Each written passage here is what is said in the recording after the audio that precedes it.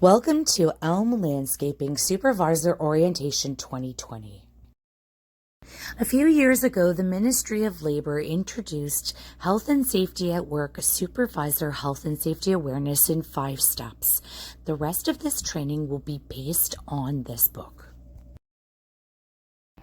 The definition of a supervisor.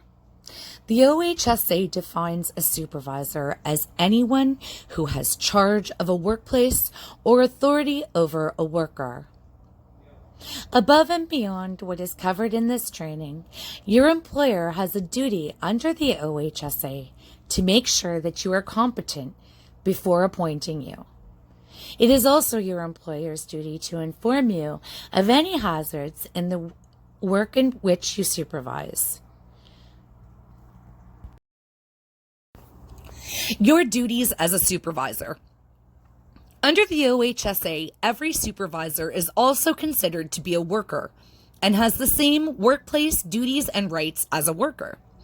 But the OHSA also gives you specific duties related to your role as a supervisor, including telling workers about hazards and dangers and responding to their concerns, showing workers how to work safely and making sure they follow the law and the workplace health and safety policies and procedures, making sure workers wear and use the right protective equipment, doing everything reasonable in the circumstances to protect workers from being hurt or getting a work-related illness.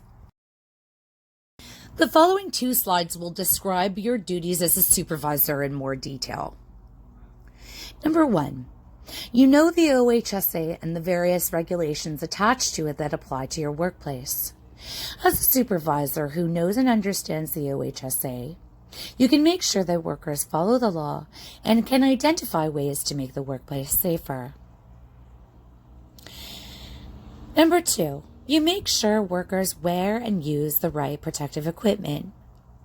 Your employer is also responsible for telling you what types of PPE, device, or clothing they require workers to use or wear, and both of you are responsible for making sure the workers are using or wearing it. Number 3, you tell workers about the hazards in their work. Every workplace has hazards, including anything that can hurt workers or make them sick. As a supervisor, you must know and be able to explain the actual and potential dangers involved in the work that you are supervising and ensure that the workers do their work safely. Number 4, you plan the work so that it can be done safely. The people you supervise are relying on your knowledge and experience of the work to make sure it's done safely. You make sure workers know and follow through on their health and safety duties. It's your job to monitor the work, to remind workers of their health and safety duties if necessary, to show them how to work safely, and to enforce the employer's workplace health and safety policies and procedures if they aren't being followed. Duties of the employer. As you can see, a supervisor has a lot of serious responsibilities. To carry out those responsibilities, you need the help of your employer and of the people you supervise. The OHSA says it's the employer's duty to appoint a competent person as a supervisor. To be a competent supervisor, you must 1, have knowledge, training, and experience to organize work for your workers. 2, be familiar with the OHSA and the regulations that apply to the work you are supervising. And 3, have knowledge of any potential or actual danger to health or safety in the workplace. Duties of the employer continued. Here are some other things the OHSA says the employer must do. Where there are more than 5 workers regularly employed in the workplace, they must 1, create and review on an annual basis a health and safety policy, 2, develop a program to implement that policy, and 3, post the policy in the workplace. For all workplaces, the employer must, number 1, make sure workers and supervisors know about the hazards in the work they do and provide them with information, instruction, and supervision to protect their health and safety. Number 2, take steps to eliminate hazards in the workplace and where elimination is not possible, to control them. Number 3, make sure workers use and wear protective equipment, material, and devices where required by the regulations. And number 4, do everything reasonable in the circumstances to protect workers from being hurt or getting a work-related illness. Duties of the worker. The OHSA also gives workers certain duties that support your role as a supervisor. These duties are, number 1, workers have to follow the law and workplace health and safety policies and procedures. Number 2, workers have to use and wear the protective equipment required by the employer. Number 3, workers have to act in a way that won't hurt themselves or anyone else. And number 4, if workers see anything that's unsafe or that goes against the act, they have to tell you or the employer about it so that you can take the necessary steps to solve the problem. They also have to report to you or the employer the absence of or any defect in any equipment or protective device of which they become aware. The Internal Responsibility System. The Occupational Health and Safety Act is very clear about the different roles of the employers, supervisors, and workers, and how these roles cooperate to make a safe and healthy workplace. This is known as the Internal Responsibility System, or IRS. You need the support of the employer to carry out your supervisor duties, and the workers need to know that their supervisor and employer will listen to their concerns and work with them to recognize, assess, and control hazards. In fact, the OHSA says workers have the legal right to expect that support. You should inform the employer of any health and safety concern, even if you have the ability and authority to handle it yourself. Your employer may need to know about the problem in order to fulfill his or her duties. The 3 rights of workers. The OHSA gives workers 3 important rights. Number 1, the right to know about workplace hazards and what to do about them. It is your job to tell the workers about any health and safety hazards and show them how to work safely. The employer supports the workers' right to know by making sure they get information about the hazards in the work they are doing, training to do the work in a healthy and safe way, and competent supervision to stay healthy and safe. Number 2, the right to participate in solving workplace health and safety problems. As a supervisor, you support the workers' right to participate in health and safety by encouraging them to get involved. There are various ways to be involved in workplace health and safety, such as asking questions, raising concerns, and giving positive feedback. Number 3, the right to refuse work that they believe is unsafe. As a supervisor, you respect that right by taking every precaution reasonable in the circumstances to protect workers and by complying with the work refusal procedures that are set out in the OHSA. When a worker comes to you to tell you that they are refusing to do particular work because it is likely to endanger them, you must look into the worker's concerns and do everything you can to help the employer address them. However, if an agreement cannot be reached internally on how to solve the hazard and the worker still feels unsafe, the Ministry of Labor can be called in to investigate. Knowing the hazards in your workplace. At the root of every work-related death, injury, or sickness is a hazard of some kind.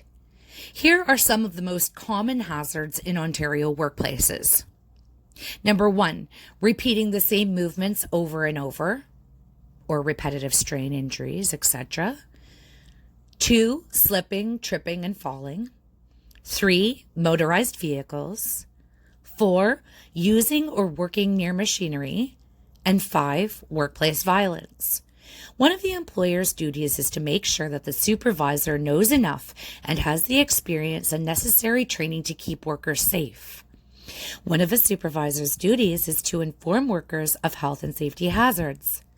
If a worker sees a hazard or practice that goes against the OHSA or workplace health and safety policies or procedures, that worker has a duty to tell their supervisor or employer. This should be done as soon as possible so that the hazard can be fixed. That's how employers, supervisors, and workers come together to make the workplace safer. This is an example of the internal responsibility system in action. RACE. RACE is a commonly used process for dealing with hazards. It stands for Recognize, Assess, Control, and Evaluate. Recognize where the potential hazards in the workplace are. Here's how to do that. Watch the work as it's being done. Talk to workers about the work and the areas where work happens. Participate in workplace inspections. Look at reports and records that your workplace has about the work. Listen to the concerns workers have about the work they're doing. Assess the hazard. You need to understand how likely it is that a worker will get hurt or made sick by the hazard. To assess this, you ask these questions. How does the hazard compare to legislation, standards, and guidelines? How can the worker get hurt or sick? How likely is the hazard to affect worker health and safety? And how badly could the worker get hurt or sick? Control the hazards by looking for ways to get rid of the hazard or to make the job safer. The safest thing to do is to remove the hazard. If that is not possible, look for ways to prevent workers from coming in contact with the hazard, such as separating them from the worker. If neither of the above solutions protects the worker, they can use PPE, devices, and other materials to help keep them safe. It's your obligation as a supervisor to make sure workers use this equipment where required by the OHSA or by the employer. Evaluate how well the hazard controls are working. Talk about the work to the workers who report to you. Watch them do their work. Listen to what they say and look for ways to improve health and safety. Support for supervisors. We recognize that being a supervisor comes with a lot of responsibility. You are not alone. Even when you have the necessary knowledge, training, and experience to be a competent supervisor, fixing a health and safety problem will sometimes be out of your control. Maybe it's a hazard that affects the whole staff. Or it might cost a lot of money to fix it and you may not be able to approve that expense. If that happens, you need to let your employer know that you need help with solving the problem. Bring in the ideas you got from the workers and from the health and safety rep. Together, you can figure out the best way to eliminate or control the hazard. The workers need to know that you will do what's right for them, and you need to know that the employer will do what's right for everyone. Getting help inside your workplace. Sometimes a worker will come to you with a question and you just don't know the answer. Often the answer is right there in your workplace. You can find answers in the workplace health and safety policies and procedures, the safety data sheets that come with hazardous materials, the operating manuals for equipment, or the recommendations of the health and safety representative. Inspections. One of the most important duties of the supervisor within Elm Landscaping is to perform daily, weekly, monthly, and yearly inspections on equipment and vehicles. These inspections are a vital part of upholding our health and safety standards by making sure that equipment and vehicles are in safe operating condition. The following 3 forms are ones that you are very familiar with. Please take a moment to review these forms again. It is the expectation that these forms be filled out and submitted according to their frequency. This first form allows you to record monthly, weekly, and yearly inspections of all the pieces of equipment that you are responsible for. The second form is the weekly vehicle inspection form, which is extremely important for us to keep on top of the maintenance for the vehicles. The third daily inspections checklist information provides you with an outline on what you are to be inspecting when you check off the daily inspections every day that you work.